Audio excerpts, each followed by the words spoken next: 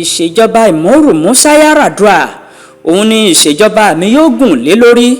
Aṣíwájú Bọ́lá Ahmed Tinubu ló sọ báwọn ní àná ọjọ́ 5 oṣù karùn-ún ọdún 2023 ni Aṣíwájú Bọ́lá Ahmed Tinubu ló sọ ọ̀rọ̀ yìí jáde láti ìlú Àbújá láti ọwọ́ agbẹnusọ Aṣíwájú Bọ́lá Ahmed Tinubu lórí ìròyìn àti ìpolongo tí wọ́n sì pé àkòrí ọ̀rọ̀ ọ̀hún wípé a ò ní gbàgbé ipa rẹ nínú ayé wa láéláé.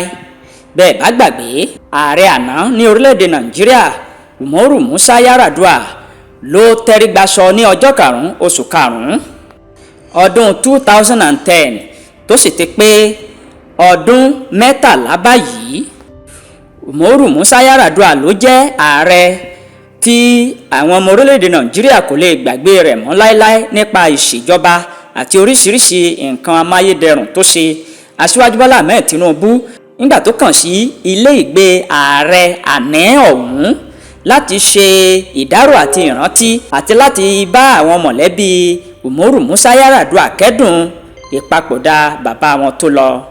Aṣíwájú Bọ́lá Ahmed Tinubu ó ṣe àpẹẹrẹ àti àkàwé ààrẹ tó tẹrígbàsọ ọ̀hún gẹ́gẹ́ bí adarí rere tó sì ní ìfẹ́ àwọn ọmọnìyàn lọ́kàn, tí kìí sì ṣe adarí tó ní ìmọ̀ tara ẹni nìkan, tó fẹ́ràn àwọn ènìyàn pẹ̀lú ìfẹ́.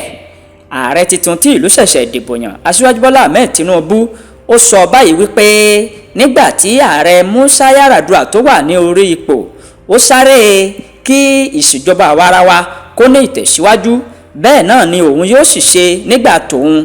Bẹ́ẹ̀ ni òun ó gùn lé gbogbo ipa tí ààrẹ Umaru Musa Yar'Adua tó kó, òun ó gùn lé.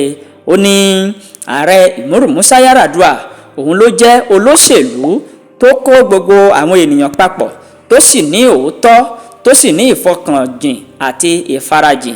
Ó ní kí Ọlọ́run fi ọ̀run kẹ́. Aṣíwájú Bọ́lá Ahmed Tinubu ó wá fi ń dá gbogbo ọmọ orílẹ̀-èdè Nàìjíríà lójú wípé bí ìṣèjọba ààrẹ àná Umaru Musa Yar'Adua bó ṣe tu tara alẹ́ tara oko lọ́rùn ni ìṣèjọba òun náà yóò ṣe gẹ́gẹ́, tí òun ó sì kẹsẹ̀ bọ bàtà tí Umaru Musa Yar'Adua tó bọ́ kalẹ̀.